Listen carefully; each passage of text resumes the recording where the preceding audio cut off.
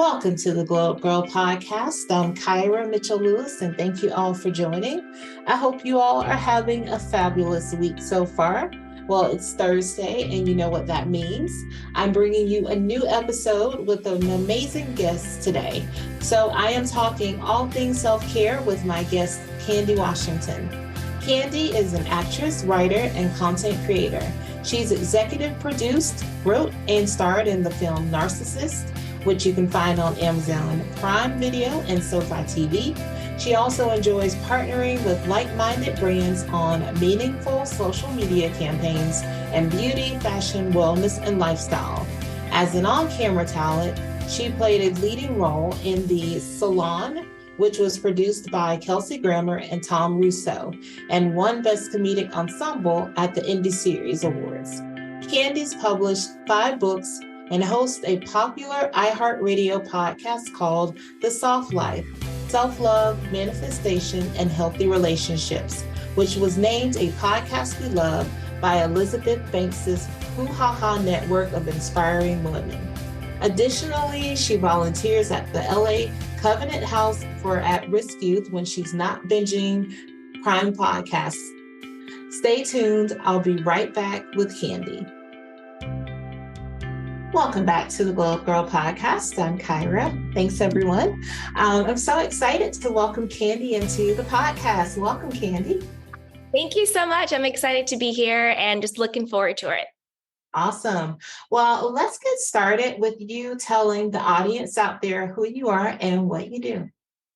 Yes, so I'm Candy Washington, and my personal passion and purpose is to add value to the lives of others through storytelling. So the way that I do that is through my podcast, The Soft Life with Candy Washington, where I provide just practical tools and techniques to really love yourself, boost your self-esteem, have healthy relationships with yourself and with others as well. And then I also provide very down-to-earth, non-woo-woo manifestation practices as well to really co-create your dream life. I've also produced and written a film called Narcissist, and that's on Amazon Prime TV, and it's also on SoFi TV as well. And I've written a couple books along with a self-love journal, and I also do social media content. So I like to partner with like-minded brands to bring about, inspiring campaigns as well. So those are a few things that I do. And then on top of that, I also create courses on self-love, on lifestyle design, and on manifestation that people can really use at their own pace to really lead a more joyful life. And everything that I create, I always think, how is the person who is engaging with this content going to feel? Mm-hmm. And I always want to make sure that they feel a couple of things. One, that they feel inspired, that they too can, go out there and do it. So that feeling that they can go out and do it is also empowered. So I want them to feel that inspiration, like, wow, look at that. Mm-hmm. And then I want them to have some tools and takeaways that they feel empowered to do it as well. And then I also want them to feel aspirational. So go even bigger and beyond than you thought you could go. Don't just think, oh, I can get that too. Well, I can get that too. And then some. Yes. Well, that is awesome. And, Candy, one of the reasons why I was really excited to have you here is because everything you just said, it really aligns with the Gyrl community and what we strive for, giving people practical tools and actually telling them how to do something. But I really love that it's you want people to be inspired. You want to empower them to do, but also there is like aspiration and like dreaming really big. Like those are all things that like we co-sign over here at Gyrl. We love that. And I think that's so important because we do live in a world at a time where people discover something and how to do it. And then they refuse to almost like share with other people. So a lot of times I always say to people, like, don't come on this podcast if you're not willing to give actual tangible tips to tell people how you did something. Because I don't want somebody on here just saying like, well, I had a really great idea and then I got rich and I stopped working and started working for myself. And I'm like, no, that's not what we want. That's not it. There's no gatekeeping here. Yeah. There's no gatekeeping here. And I think the best way to receive is to give. Yes. That's really the best way. So like to hold something on, regardless if they have like money or success, they're still not going to be fulfilled because they're still in scarce mentality. Because Yes. the only reason why you are fearful to give something away, whether it's your insights, your strategy, your blueprint, what you did, is because somehow you think there's not enough, or if I give it away, it'll be taken from me. Or Yes. you're still living in competition where it's, Yes. I don't want this person to surpass me, or I don't want this person to glow up the Right. way I glowed up. So you're still not actually, because it's never about the thing. You could have all the money and the cars, you could look this, that, and the third, but inside you're still miserable, you're still struggling, you're still unhappy. If you're thinking scarcity mentality, if you're thinking that other, particularly women, are your competition rather than your collaborators, then you're still living in chaos in your own mind. And it doesn't matter what you get, you're still going to be miserable. That's why you have people who you think on paper have everything and they're still unhappy and very miserable. And then you have other people who may not check all the boxes, but they're happy and they're fulfilled and they're glowing and they're giving. Exactly. You know? Yes. So, Yeah. I couldn't agree with you more. I mean, it's like whatever I know, like I'm going to tell somebody how to do it. I'm going to hopefully tell you so you don't have to like go through the same pitfalls. You don't have to do the same. You don't have to go the route that I did it. Let me try to help you and make it easier for you. And I just feel like even in this day, we still don't have enough people who are willing to just pay it forward, so to speak. Like just give, like have a giving mindset. All right. 100%. Ask away. Ask me anything. I don't get so let's do it. Love it. All right. So let's talk about self-love. Let's talk about self-love, self-care, and self-concept. Okay. So let's dive in.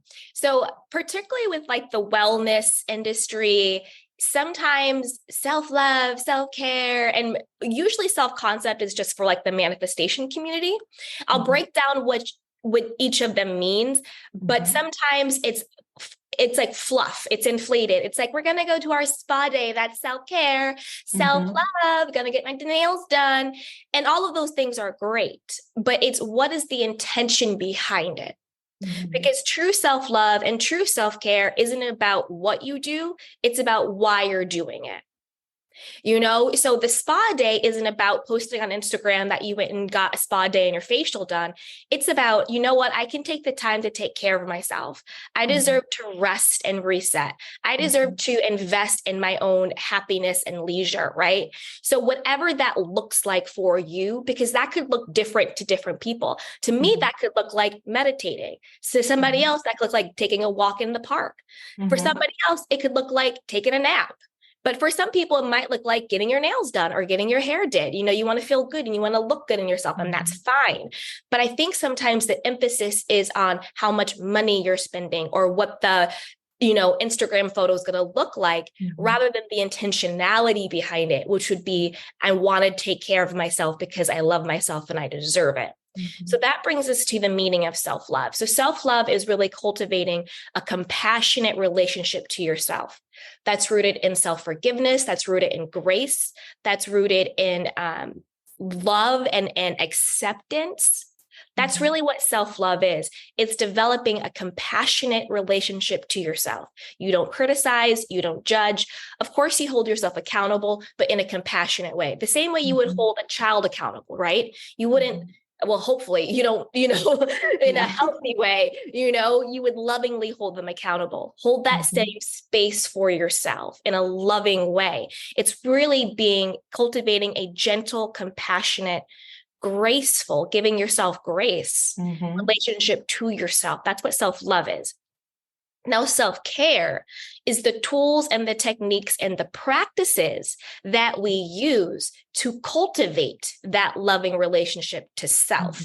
I love myself, therefore I take care of myself. That's why self-care can look different for different people, because the way we show and experience love is different. That's why, you have like the 5 love languages, right? So the way I experience taking care of myself might look different than somebody else, right? But it's really the tools and the techniques and the practices. That looks like creating healthy boundaries. That looks like working on your communication skills. That looks like, being financially free in yourself, having financial independence, so you don't feel that other people can take advantage of you financially. It looks like taking a walk in nature. It looks like therapy, group therapy, up leveling your friend group. It looks like prayer. It looks like having a spiritual connection to a higher power. It looks like drinking more water, eating better food. That's really what it is. It's I love myself holistically. So then what are the tools and the techniques and the practices of a lifestyle that I then can create for myself that reflects that love? It looks like taking breaks. It looks like going right. Yeah. It looks like, pushing back when you need to. It looks like saying yes. And saying no when you need to. And saying no when you need to. That's really what self-care is.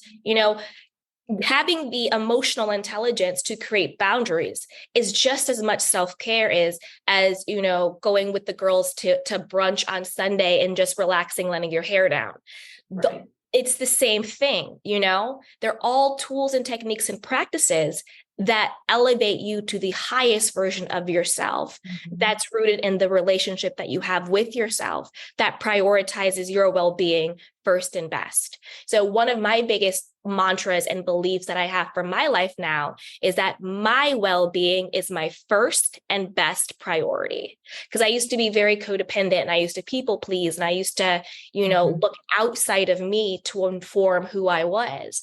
And as I got healthier on my journey, as I got more, loving, shifted from low self-esteem to high self-esteem and healthy esteem of self, shifted from being codependent, needing other people to validate me, to validating myself. That's when I really got to the point where I was just like, God, insert whatever belief you have. For me, it's God. God gave me this life. And the best way that I can show gratitude for the life that God gave me is to take care of it, is to honor it, it's to put it first. Because the things that we cherish the most, we make it a priority, we put it first, and it is our best thing. And at the end of the day, your life is the thing that you should cherish the most. Okay, so girl, let's just say, first of all, I love everything you just said. I love it. I love it. I love it. And I almost look at like everything you said as like an elevated version of like self-care, self-love, because I think the most important thing you said to me was, when I think about, self-love, I'm right there with you. Like, one of the first things, it's about giving yourself grace. It's about giving yourself grace and acceptance, because guess what? Like, there are always going to be things that we can say, negative self-doubts, negative self-talk. There are always going to be those things that tell us like, you're not good enough. You're not, oh, you need to lose some weight. You need to do this. You need to do all those things. But I think when you can, like you said, almost elevate into that place of like, I want to be, healthy. I want to take care of the body that God gave me.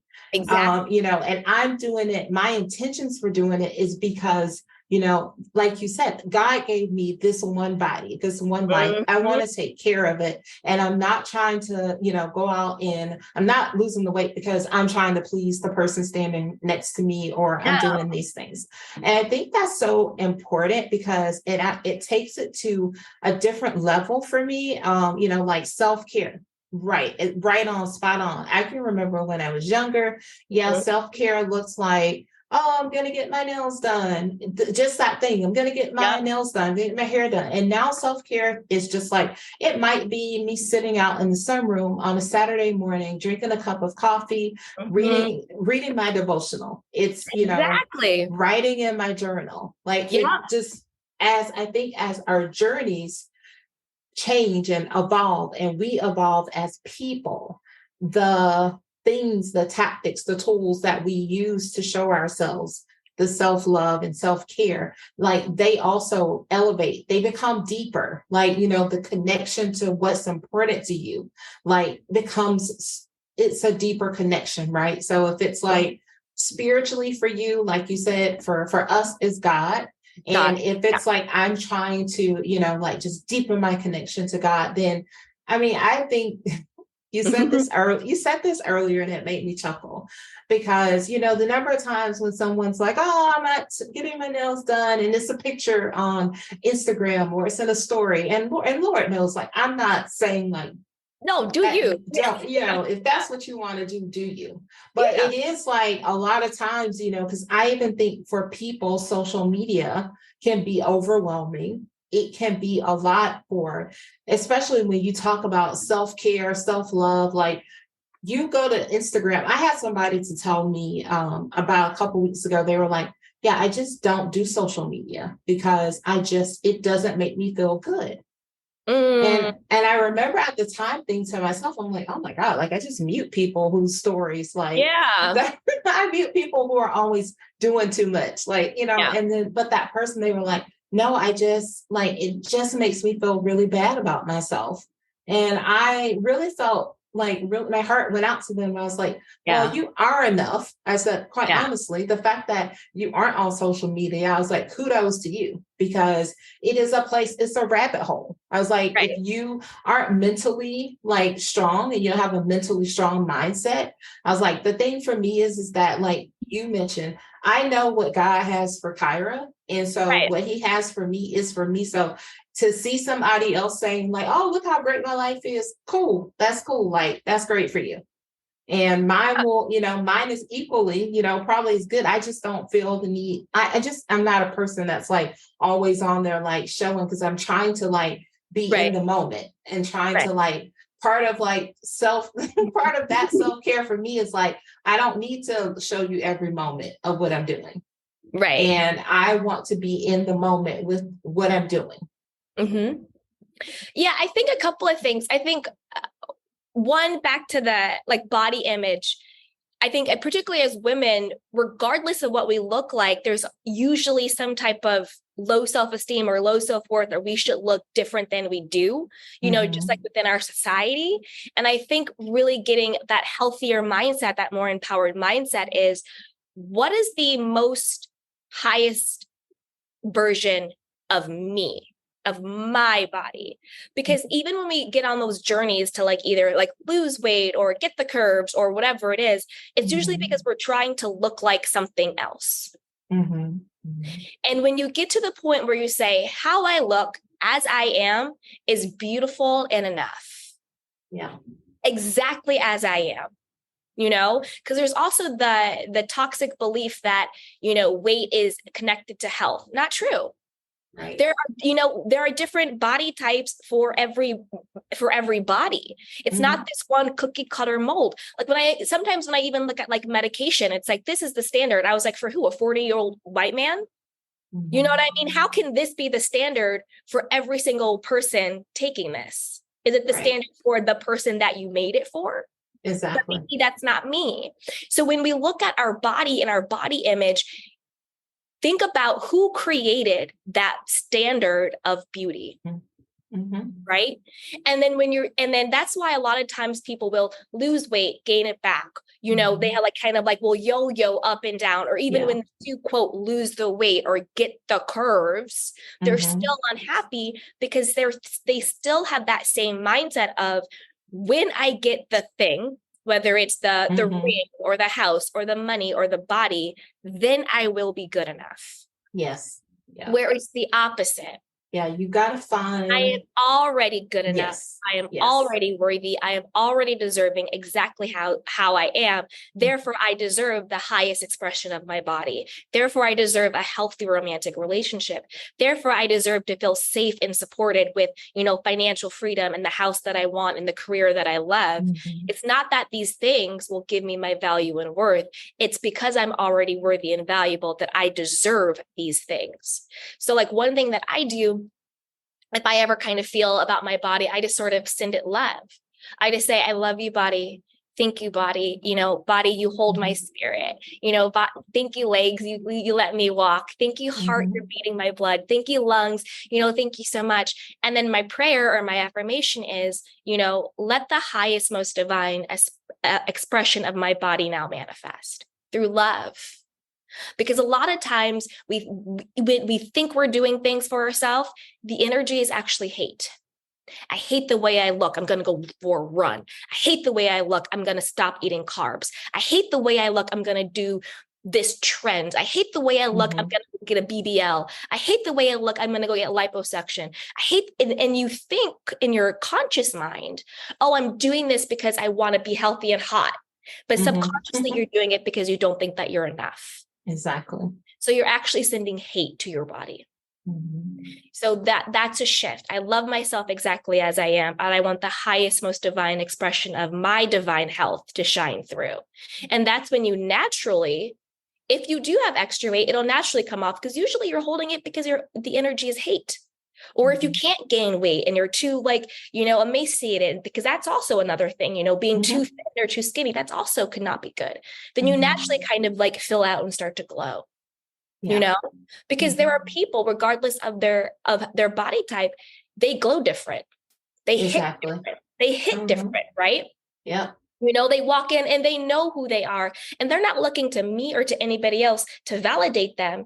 And those are the people that you want Yes. around that. It's that je ne sais quoi. It's that no F's giving. It's that unbothered vibe that is so sexy and attractive and magnetic that really has nothing to do with what they technically look like. It's an energetic thing.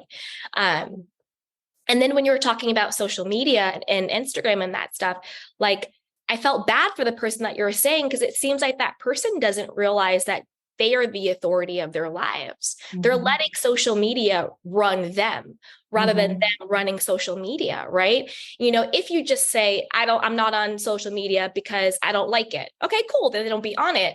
But if you're, I'm not on social media because it makes me feel bad.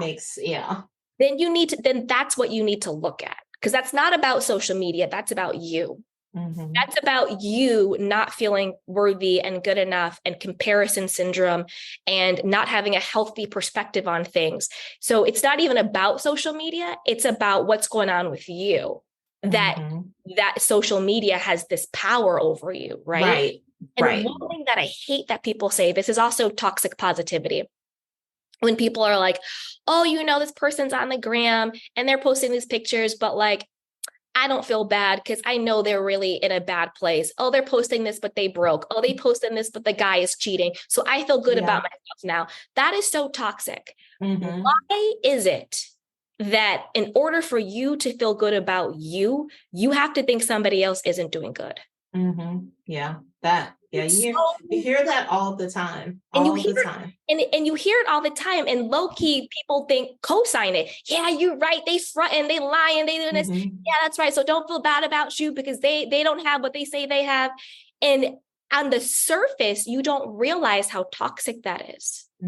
Why is it that in order for me to feel good about my life, I have to revel in somebody else's misery? Exactly. You got to, you just have to put someone else down. And, you have to put somebody else down. Yeah.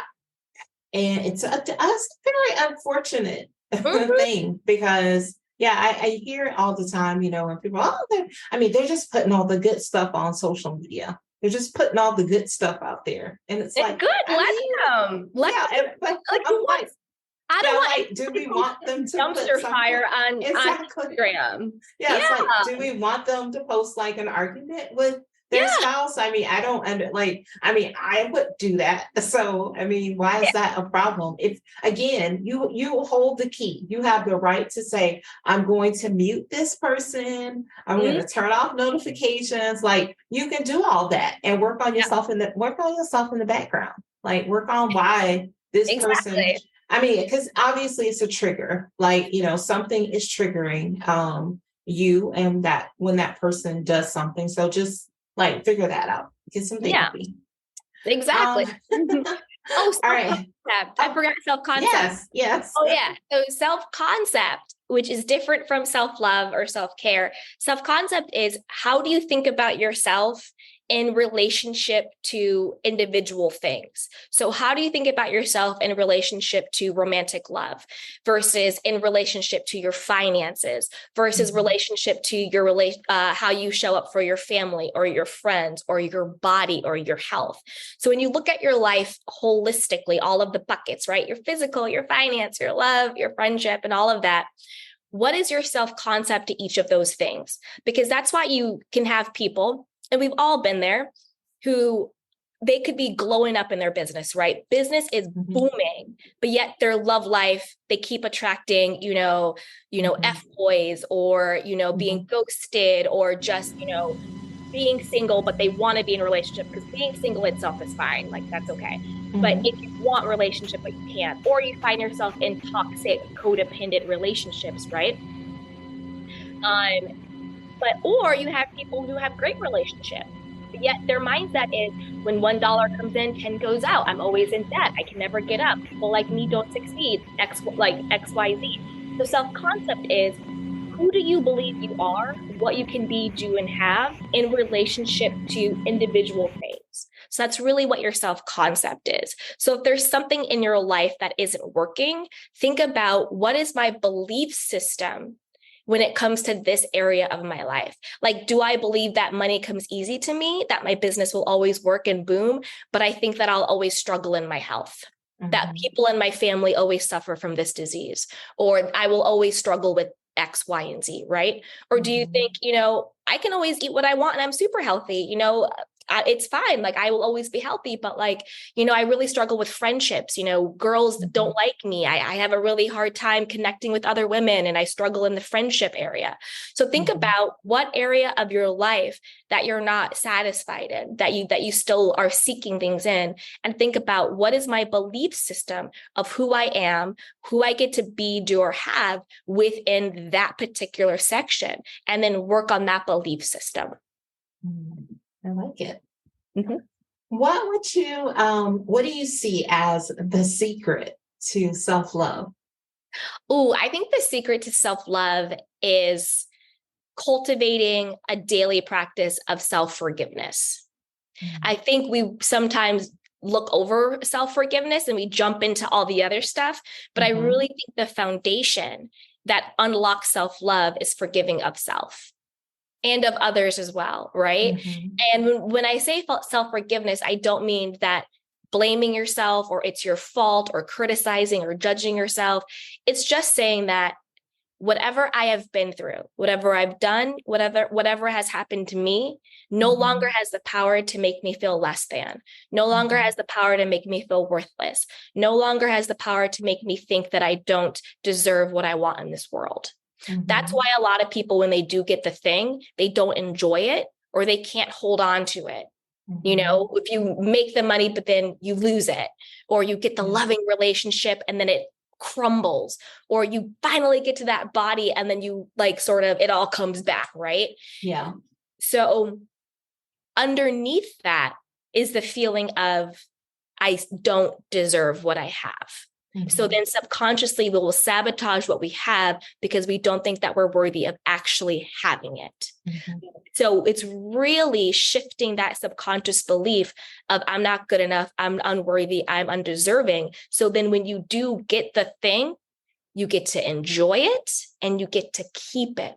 So self-forgiveness and forgiveness of others really washes you of that undeservingness. Because if you don't think that you deserve forgiveness, either from yourself, from a higher power, from other people, then somehow you think that whatever happened to you or whatever you did means that you're still unworthy. And if you think you're unworthy, you think you're undeserving. So one thing you can do is just, what I do is just every morning I wake up and I just say, God, thank you for removing any, energy or spirit of unforgiveness, of bitterness, of resentment, of anger, of chaos, of argument, of confusion, that I have towards myself, that I have towards any other person or people, toward any event or circumstance or past. Right? Because it's not a conscious thing. You're not consciously walking around saying, I don't forgive myself, I'm holding on to this. It's not conscious, it's subconscious. So that's why I ask, for divine help to remove what I'm not even aware of. Mm-hmm. And then since now I've freed up that space, now I decide what comes in, fill it up with divine love, fill it up with divine forgiveness, fill it up with divine abundance, fill it up with divine peace, let it flow now. Mm-hmm. And it's a daily thing, because as long as you are living, things are going to be happening. And then the more you do it and the more you do it, the easier it gets. And then the lighter and lighter you feel. So then when you do call in the love, when you do call in the health and body, when you do call in the money, when you do call in the house, when you do call in the career, when you do call in the friendships, it's rooted in the place of, this is what I deserve. Mm-hmm. That's why this is what I got. Mm-hmm. I like that. Let's talk about manifestation. Okay. What is your definition of manifestation?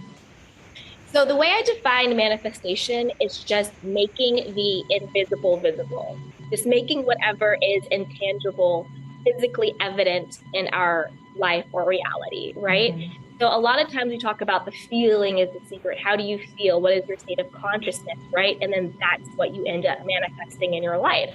It's like Oprah said, you don't get what you want, you get what you believe to be true. And your belief system is really the invisible, the intangible place that you manifest from. So to make it in a very practical way, think about stress, right? Stress, it's invisible, it's intangible, it's a feeling. I feel stressed.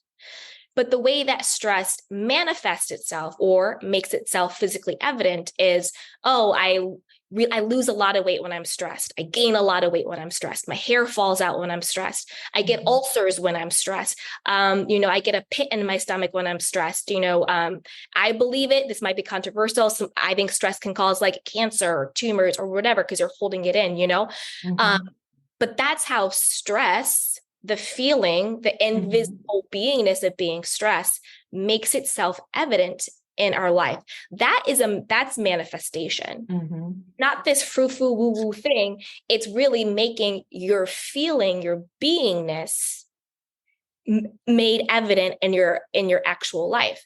Think about say you want to manifest more abundance or more money, right? It's not that you want money, it's that you want to feel free. That's why it's called financial freedom. Mm-hmm. So the more that you cultivate the feeling of, I am free, I'm supported, I love freedom, blah, blah, blah. And you do this not through money, you do it through, usually, and how I do it is through, I'll walk in nature. And I'll just look at the sky and I'm like, oh, wow, I'm free. Look at all this abundance around me. Thank you, God, that I'm free. I'll hear the birds chirping. I'll look at the green grass, a dog or, a baby, whatever it is. And so much abundance and freedom. I'm free to go on this walk. I'm free to enjoy all of this. And I cultivate the feeling of being free. Mm-hmm. And the way that the feeling of freedom makes itself evident, manifest in our physical reality, usually is through money. I'm free to do what I want. I'm free to buy what I want. I'm free to go where I want. I'm free to decide, the clients I take on. I'm free to decide the job that I have. Mm-hmm. It's money in our human reality gives you freedom, the freedom to choose. It also gives you safety. It also gives you support. So if you feel safe in your inner being, you could walk around. One great affirmation that I always say is, I am safe in this world. I am safe in this world. It is safe for me to show up fully in this world. I am fully supported at all times. God supports me. The divine supports me. Everything supports me. Money supports me, right? I'm fully supported, because what money gives us is safety, support, and freedom. And that's really what you want to feel. Who would care about how much money you had if you knew you were always free, safe, and supported? So that's why they say the feeling is the secret. That's why they say you have to become it before you get it. You have to get the feeling of free, safe, supported. And then the way that is evident in your life is through money, usually, as human beings, right? Mm-hmm. And think about love. If I feel loved in myself, if I feel chosen and cherished and respected and honored in myself, the way that makes itself evident, the way it manifests, usually is a healthy romantic partner, healthy friendships. That's a platonic love, healthy family relationships. That's a familial love, So the way that love of self manifests in your life is usually through the love of relationship with others that are now healthy and self-fulfilling and self-affirming, right? Because again, everything you want is within. So to me, yes, manifesting is very real. It's not some frou-frou thing. I personally, I'm not into certain things. I'm not into crystals. I'm not into anything in the occult. I'm not into I don't pray to the universe. That's really not for me. To each their own. I'm not knocking it. That's just not for me personally. For me, manifestation really is having a personal relationship with the divine, with God, and knowing that the power within me that gives me the power to manifest comes from the divinity that lives within me. That's why I have the power to shift my consciousness, to shift how I feel. And then that's what manifestation is. In the Bible, Jesus said himself, whatever you ask for in prayer, believe that you have it and will be given unto you. That is the blueprint for manifestation. Ask for what you want. The asking is knowing what you want. I want money, I want house or whatever. I want the feeling of this or that. Believing that you have received it. That is what we've been talking about, the becomingness of it. Believing that you're free, believing that you're loved, believing that you're safe, believe that you have received it. That's the becomingness, that's the belief, and it shall be given unto you. And the given unto you is the physical manifestation of it. So if you, and the thing is, when you pray or when you ask, the answer is always yes. It's either yes and you get it, yes, but not right now, or yes, but I'm going to give it to you in an even better way. But the only reason why you don't get what you quote, ask or pray for is because you don't connect with the belief of it. Oh God, give me more money. But all day long, I'm connecting to the belief of there's lack, there's not enough. How can I pay these bills? All of this stuff going on. I'm stressed out, all of this stuff. So you're asking for something, but then you're not connecting to the belief that you have. You're not believing that. Exactly. You're not believing that it's going to be done. Like you've got to, like you said, you've got to ask, and then you've got to activate your faith to believe that the promises will be given. The promises that God made to us, like we'll receive it. And it's not ask, receive. It's ask, receive, receive. And people miss that part. It's like faith without works. The faith is the asking, the works is the belief. Yeah. And that's why they say faith without works is dead. Yes. And it's unfortunate because a lot of times people will ask and pray for something, but like you said, it's like all day, like someone may be praying for, love or, but all day it's like, well, I'm not worthy of loving. I'm not going to ever find anybody. Everybody has somebody but me. And if that's the mindset that you have, then of course, you're putting it out there. Like that's what you're telling God, like, well, I don't believe that you're going to do it. Yeah. So exactly. Yeah. So all the good men are taken. All men are dogs. Men only want sex. Blah, blah, blah, blah, blah, blah, blah. No man wants to take care of a woman anymore. All of that stuff. People don't realize that what you predominantly think becomes your prayer. Yeah. And then the more you pray that prayer, the more God says yes. And that's why what you predominantly believe to be true is what shows up in your life. And then you get to say, see, I told you so. It's like, yeah, you did. You told yourself that. You told yourself all men are dogs. They only want sex. Nobody wants commitment. There's nobody get out there. And look what showed up for you. You got exactly what you prayed for. Yeah, it's that. Yeah, that's self-sabotage. You just self-sabotaged yourself into like exactly what you said you didn't want. So congratulations. Congratulations, friend. I know. Good for you. And I think that really actually leads into this next question. The role that self-love plays in manifesting. Mm. So yes. So the same way I think that self-forgiveness is the foundation of self-love, I think self-love is the foundation of manifesting. Because when you love yourself and accept yourself for who you are, then you get into that deserving space of, I don't have to be, quote, perfect or fixed or whatever this weird, unattainable thing that society puts on us or we put on ourselves. I don't have to be perfect in order to be worthy and deserving of what I want. So when you cultivate self-love and then you start to intentionally manifest, your thoughts and belief system is from a place of, I am worthy and deserving of what I want in this world. So I'm no longer going to sabotage it. Because the person that says, I want a healthy relationship, but like we were just talking about all day long, says all men are dogs, they only want sex, all men are cheaters. What is actually underneath that is, I don't think I'm good enough for a high quality man. I don't think I'm deserving of a high value man. I don't think I deserve to be taken care of. I don't think I'm worthy of being committed to. I don't think that I have more to offer than just my body or money. I have to sacrifice myself in order to keep them. So that's really what is underneath all of that. Right. The all men are dogs, all men are this is just a projection, because the fear is, I'm not enough. But when you're rooted in self-love, when you're rooted in your own divinity that lives within you, that simply because I exist, I am enough, and I am here, then that's when you shift rather than all men are dogs and this and that, you think, everybody commits to me. I only attract high quality men. I deserve to be taken care of. I am worthy of commitment. I am a high value woman. My presence, present. You know what I mean? All men love to chase me and prove to me. I get to choose who I get to be with. I am magnetic. I am this. I am that. That is really what do you bring to the table means.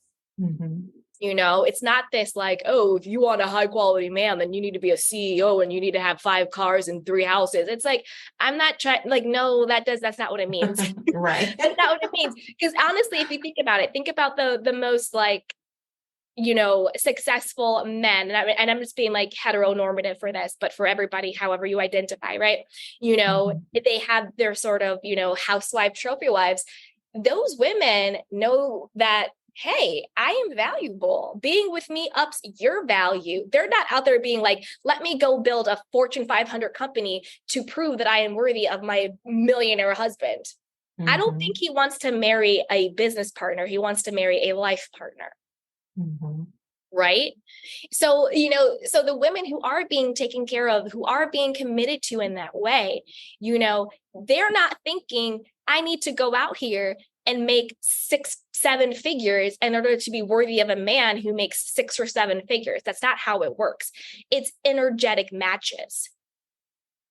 That's what equally yoked means. It's not you have a Range Rover, you have a Range Rover, you get married because you're equally yoked.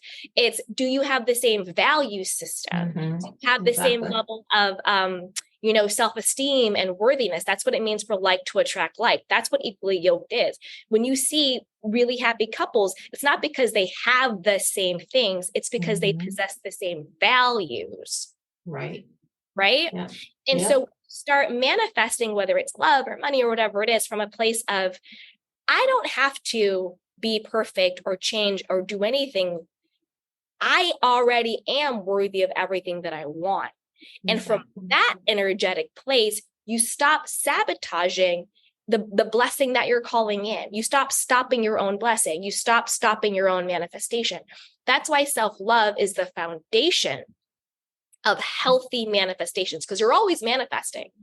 You're always manifesting, right? You manifested the crappy relationship. That was your own manifestation. So you're always manifesting, right? But it's from what place are you manifesting from?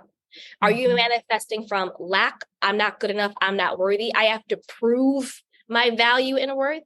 Or are you manifesting from, I'm worthy and I'm enough? My value in lovability and worthy and deservingness is intrinsic. Simply because I exist, I am enough. Are you manifesting from a place of self-love and what you deserve and what you need? That's why you have a lot of people, you have those stories of like, oh, this girl was a waitress and then she met this like businessman or this actor guy. And then, she now lives this great life or whatever it is. Again, it's because she was probably cultivating. I don't care what my quote circumstance is. I know who I am. I know what I want and I know what I deserve. That's why you have people who go from being homeless to being multimillionaires. It's not about your circumstance. Right. Yeah. It's about what is your mindset? What is your belief system that you're cultivating?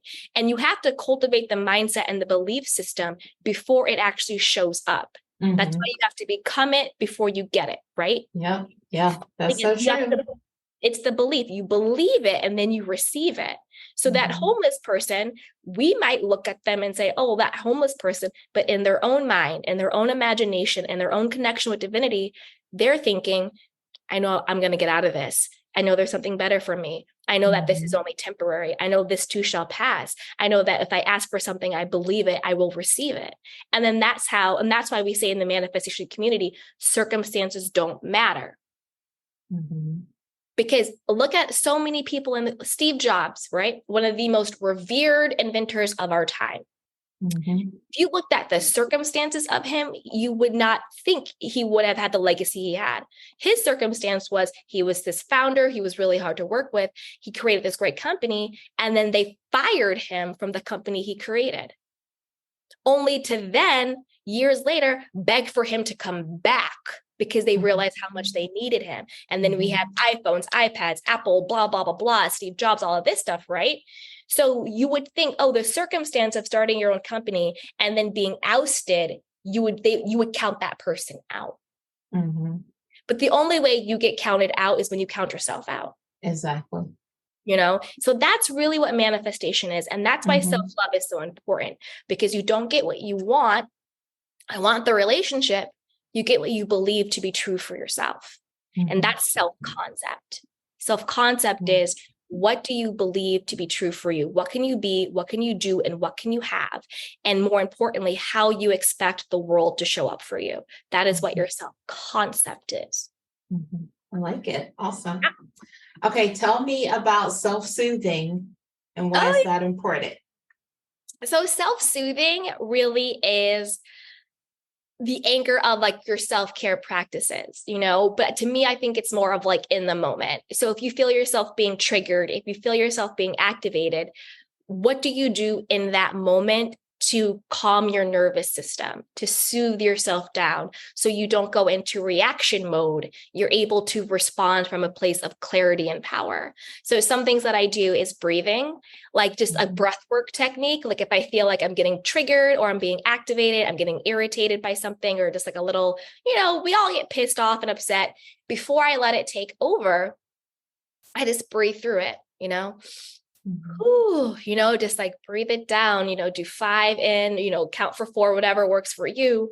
But just how do you soothe yourself? How do you calm and steady your nervous system? So then you can respond from that place of clarity and from peace and from your personal power. And really the purpose of self-soothing is to bring you back to the present moment. Because when you're being triggered, when you're getting upset, when you're getting activated, you're either starting to relive a past trauma that it feels like, or in that moment, you're just not being present and you're being activated, right? Like think about, say you're at the grocery store and somebody says something real crazy to you and you feel really disrespected, right? Instead of allowing that person to trigger you, you can do your breath work. You can count to 10, you can tap. I also like tap. Sometimes I just like tap my wrist. I'll tap or I'll tap my fingers together because it calms you down. And or even just like your forehead, I don't care what people think. Take care of yourself. Who gives an F? Just take care of you. Tap yourself down. Because it just really brings you to the present moment. Think about a baby. When a baby is crying, right? What do? We hold it.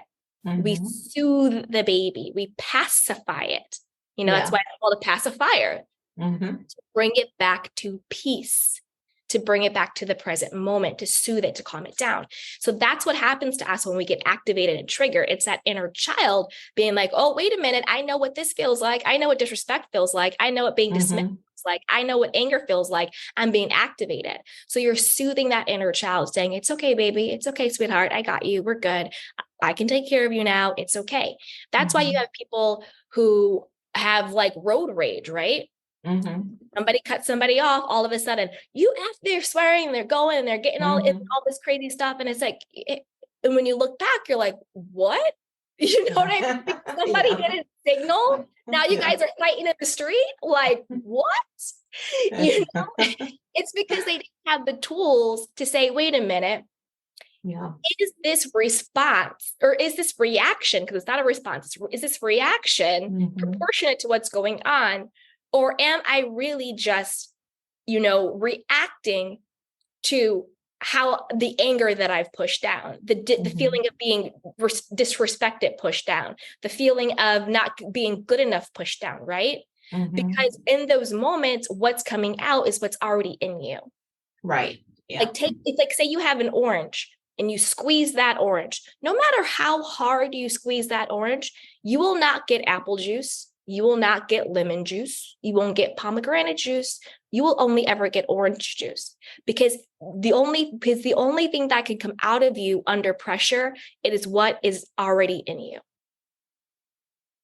So when that orange is under pressure, it doesn't transform into a lemon. You get orange juice. Yeah. So when you are under pressure and what comes out of you is anger, it's because the anger, that energetic anger that was in you, is looking for a way to express itself because you pushed it down and you pushed it down, and you pushed it down. So you may not be angry at the person who cut you off. You might be angry at the guy who cheated on you. You might be angry at your father who left you. You might be angry at your mom who belittled you. You might be angry at the sister who wasn't there for you. You might be angry, but you pushed it down. And like it says, energy cannot be created nor destroyed. You have to shift through it. You have to transmute it. But when you don't hold space for it, when you don't address it, when you numb it and push it down, it is still there. Right. That's why some people get angry under pressure. And that's why some people have grace under pressure. Yeah. Because whatever is in them is what's coming up. Yes. I love those examples. Yeah. All right. So these have been all really great nuggets today, Candy. Why don't you tell everybody out there how they can connect to you? Yeah. So the best way to connect with me is to go to my site, candywashington.com/courses. And there you can check out all of my courses. You can get a free self-love guide. You can join our Patreon community as well if you want that extra support. And then you can also join us on TikTok and Instagram, all at Candy Washington. But if you go to candywashington.com/courses, all of that stuff is there, all of the free stuff, all of the courses, all of the social media. And I'm going to give you guys a special 10% off discount code. You can use GLOWUP10, and that will give you a 10% discount on everything that I offer. Awesome. We love that. Make sure. Make sure you take advantage of that. And we'll put all this information in the show notes as well. Perfect. All right. So before I let you go, I'm going to quickly go into 3 things with Candy. I'm going to ask you 3 questions so the audience gets to know you a little bit better. One is 2-parter. How do you start and end your day? I start my day doing the self-forgiveness practice that I went over in the beginning. That's before I'm out of bed. But also a part of that, I protect my energy because I'm a very sensitive soul. So I really absorb a lot of energy. So I protect it. I just say, for me, this is my own personal belief. I just say I have the white light of Jesus Christ around me. I have Christ consciousness, and nothing negative can penetrate me. There is nothing to oppose my good. It dissolves anything that's not divinely meant for me. Only what is divinely meant for me can come through. So before I start my day, I protect myself. I protect my energy. I get full up. I'm full of divine love, divine peace, divine abundance. And then I also ask for support. God, I'm open and ready to receive your divine guidance, your divine support. Show me the way. So then I'm starting my day from a place of I've forgiven myself and everybody else. I'm full up with love, peace, support, and abundance. And I'm also protected. I really want to protect myself. And then I do certain affirmations, and then I do a certain prayer that I do every morning. And that sort of starts the day. And then I always make my bed. Always. I have to make my bed. It just feels really good to get it done. And then another thing in the morning that I do is I've really stopped fighting myself in the morning. So I used to think I had to have this like get 5 a.m. club, get up early and be all super productive in the morning. And that's what people do. And then I was just like, hold up, Candy, practice what you preach, girl. How about you design your morning based on who you authentically are and not trying to copy and paste what the quote gurus, boss babes do. Cultivate your own morning routine. So unless I have like a meeting or something in the morning, I don't care what day it is, Monday, Tuesday, Wednesday, Thursday, Friday, Saturday, Sunday, I sleep in until I no longer want to sleep. Because I was pushing against what my own body needed. Because I'm much more of a night owl, And I was like, why build a business that you work for yourself if you're still going to put these stupid restraints on yourself that don't really matter? If you're still being productive throughout your day, why does it matter if I wake up at 5 a.m. or 8 a.m.? So wake up early and be miserable, but then I would wake up at 8 and feel refreshed and happy because that was the natural rhythm of my body. Again, it goes by like who created these quote standards for whose routine and for whose body. So it's much just like with like intuitive eating. If I want to eat something, what is good for my personal body? So my sleep cycle, what is right for my personal body? So that's kind of how I start my morning routine for me. And then always coffee. And how do you end the day?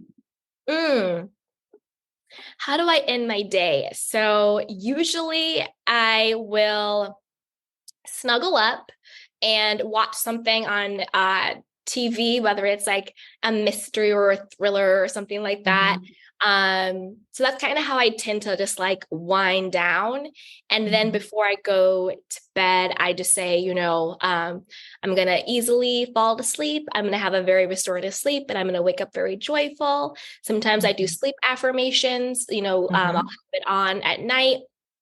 So it's really just like a wind down, chill process where I sort of just disconnect from the day, set my attention for the night, and then sometimes I'll do sleeping affirmations.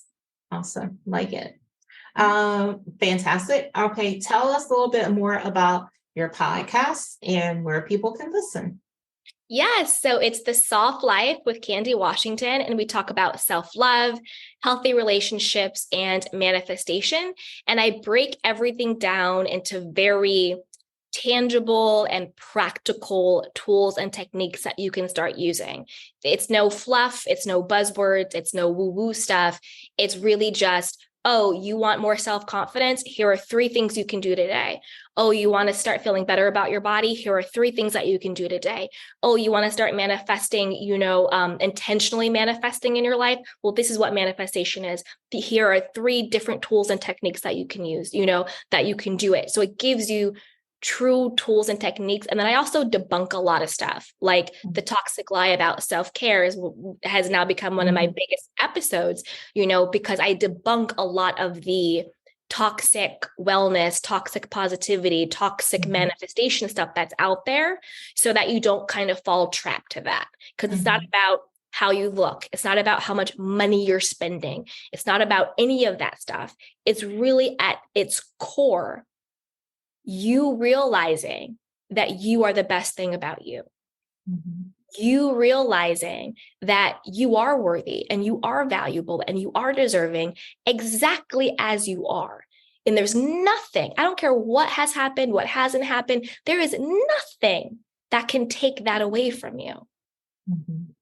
And when you learn to love and accept yourself, then your life can show up fully. And so you can find that on Spotify, iHeartRadio, Apple Podcasts, really wherever you listen to your podcast.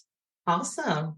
All right. So before I let you go, I want you to give the audience what are three things you'd like the audience to take away from our conversation today?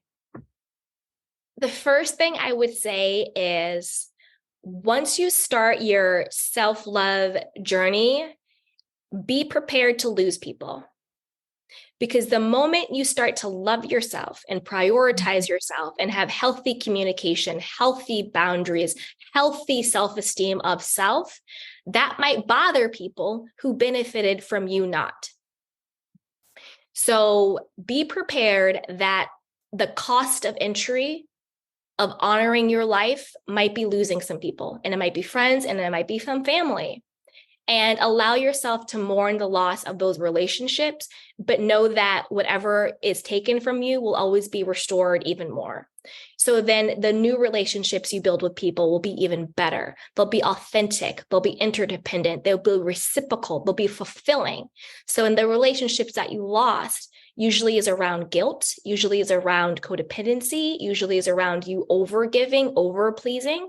Mhm. And now that that person could no longer use you and the way that they used to use you, that might look, they might no longer want to be friends with you, or might have to say goodbye to family. So be prepared for that, but know that healthier, more fulfilling relationships are just around the corner. Mhm. So that's the first thing. And then the second thing I would say is really cultivate a loving mental lifestyle. We talk about lifestyle a lot of ways. Oh, what's your lifestyle? I travel. I'm an entrepreneur. I do this, that, da, da, da, da. The lifestyle that you really want to cultivate is your mental lifestyle. How do you talk about yourself throughout the day? Are you talking to yourself in a loving way? Are you talking to yourself in a self-hating way? Cultivate a loving. For me, I cultivate a luxurious mental lifestyle.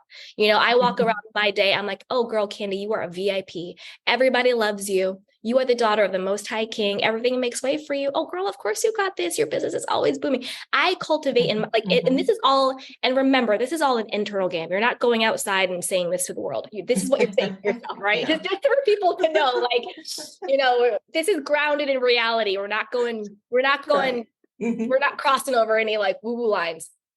This is all in your mind. Cultivate the mental lifestyle that you want to actually live in your life. Oh, I'm so magnetic. I'm so sexy. Everything works out for me all the time. Blah, blah, blah, blah. Cultivate the lifestyle in your mind that you actually want to live. Because you could be doing this, that, and the third outside and still mentally struggling and still mentally being miserable. So that's what I would say. Cultivate a loving, compassionate, for me, luxurious mental lifestyle for yourself. Mhm. And then the third thing I would say is really cultivate a spiritual practice. Like I said before, I'm not really into crystals, tarot, any of that stuff. What I mean by spiritual, I mean is cultivate a relationship with a higher power, whatever that higher power is for you. Cultivate that, pray, journal, ask for support, seek support, from that higher power, right? Dear God, or dear infinite spirit, or dear divine, whatever it is, this is what I'm going through. Can you show me the way to get through it? This is what I'm going through. I'm seeking your divine support and guidance, or this is what I want. Open the way for it to come. Don't think that you have to figure everything out and, live this life on your own. I personally do believe in God or a higher power or whatever, what we want to call it. And I think that the beauty of being a human being is knowing that God lives within you and that God is for you and that God wants you to have a life and have it more abundantly. And so I choose to trust and believe that. And the only thing that keeps me separate from that is me not asking and believing it. Right? Mm-hmm. So don't think that you have to bear the burden of life on your own. You don't. You have this beautiful consciousness, intelligence, unconditional love that is just waiting to help you. So seek that divine support. And then a part of that as well, also seek support from other people. Find friends who are mentally glowing up, because that's the real glow up. Emotional intelligence, healthy communication, self-esteem, and self-care, right? That's the real glow up. Find other like-minded people who see you as their collaborator and friend and not their competition, right? Yeah. Find a good therapist, find a good life coach, find a good spiritual advisor, find a good, group. It could even be like a sports group or people you get together and go painting with or hiking, but don't isolate yourself. Don't think that you can't seek support from a higher power and that you can't seek support from other people, because you can. So, and I think that's also a basis of loving yourself, is knowing that you're worthy of support. Awesome. Thank you so much. Those were great. Well, I certainly enjoy having you here today and having this conversation with you, Candy. You can always come back to see us in the future. Well, best of luck in everything you do, my friend. And like I said, definitely stay connected to us here at Glow Up Gyrl. I will. Thank you so much. Awesome. Stay tuned, everyone. I'll be right back. Welcome back to the Glow Up Gyrl podcast. I'm Kyra. I want to thank Candy again for joining the show today. Such an inspiring guest and such great tips that we can all use as we continue on our self-love and personal journeys. If you want to learn more about her, check out the links in the show notes. If you'd like to learn more about Glow Up Gyrl, visit us at glowupgirl.com. You can check out past podcast episodes, sign up to join the show, grab our social links, and so much more. Be sure to also check out our career-focused podcast episodes as well. It's where I share my personal journey relating to my career. And be sure to join us over on Patreon and unlock your potential with the Glow Getter membership. When you join our community, you'll gain exclusive access to career tips, guidance, resources, and more. They're all designed to help you create a career and life you love. So whether you're starting out or leveling up, our membership empowers you to reach new heights. And if you're listening on a platform where you can leave us a review or rate the show, please do so. Also, make sure you're sharing this podcast with your friends, family, and coworkers. Don't keep all this goodness to yourself. And be sure to tag us in your posts. If you know anybody I should be interviewing, you've got any show ideas, please make sure you send me an email at hello@glowupgirl.com or shoot me a DM on Instagram. We're at Glow Up Gyrl. Thanks again for joining me today. I really appreciate all the support. I love when all of you show up and when you send me messages about the episodes. I really appreciate it. So until next time, stay focused, fab, and glow up. Take care, everyone.